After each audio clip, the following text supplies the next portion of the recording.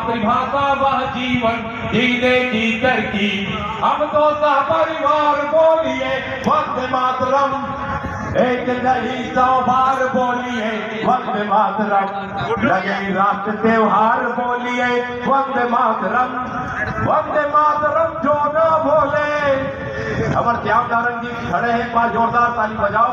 अमर जिला ग्रामीण के अध्यक्ष हैं। वंदे मातरम जो न बोले और कहीं वो जाए, मुंह को काला करे, यहाँ पर अन्न नहीं खाए। राष्ट्र विरोधी बातों को अब और ना सहेंगे, चाहे जिस धर्म में हो हम उसको गद्दार कहेंगे।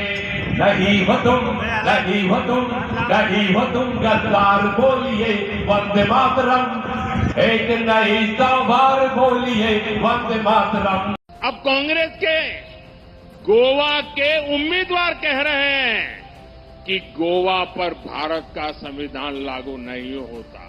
वो साफ साफ कह रहे हैं कि गोवा पर देश का संविधान थोपा गया, और उन्होंने ये बातें कांग्रेस के साझादे को बताई है। ये बाबा साहब आंबेडकर का अपमान है कि नहीं है? ये बाबा साहब आंबेडकर का अपमान है कि नहीं है? ये भारत के संविधान का अपमान है कि नहीं है? ये भारत के संविधान के साथ छेड़छाड़ है कि नहीं है? कांग्रेस का उम्मीदवार कह रहा है कि गोवा में संविधान नहीं चलेगा।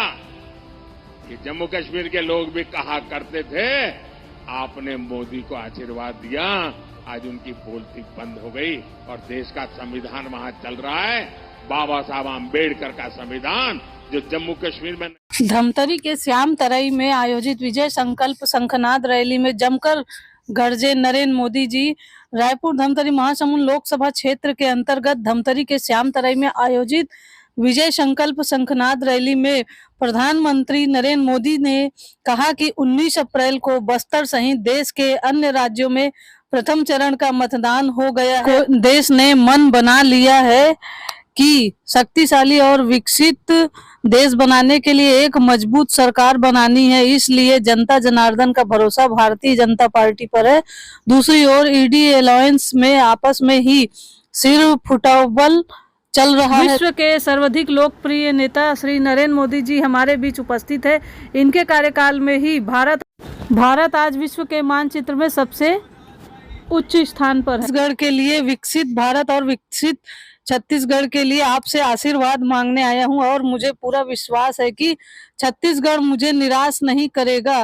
प्रधानमंत्री श्री नरेंद्र मोदी ने आगे कहा कि छत्तीसगढ़ के पास स्टील की ताकत है, कोयले की शक्ति है, वन संपदा का भंडार है। छत्तीसगढ़ विकसित भारत को गति प्रदान करने का सामर्थ्य है। श्री मोदी ने उपस्थित जन समुदाय से कहा कि आपने 10 वर्ष का कार्यकाल देखा है, मुझे सेवा करने का अवसर प्रदान किया है।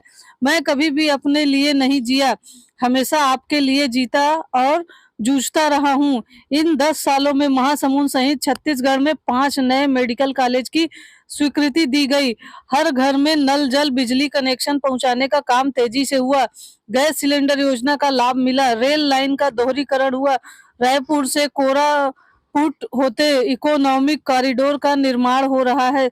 श्री मोदी ने कांग्रेस पर निशाना साधते हुए कहा कि कांग्रेस की सरकार के समय जनजाति जनता पार्टी के प्रदेश अध्यक्ष किरण सिंह देव ने कहा कि आज हमारे लिए सौभाग्य बात है कि देश के विश्व के सर्वाधिक लोकप्रिय नेता नरेंद्र मोदी हमारे बीच उपस्थित हैं। इनके कार्यकाल में ही भारत आज विश्व के मानचित्र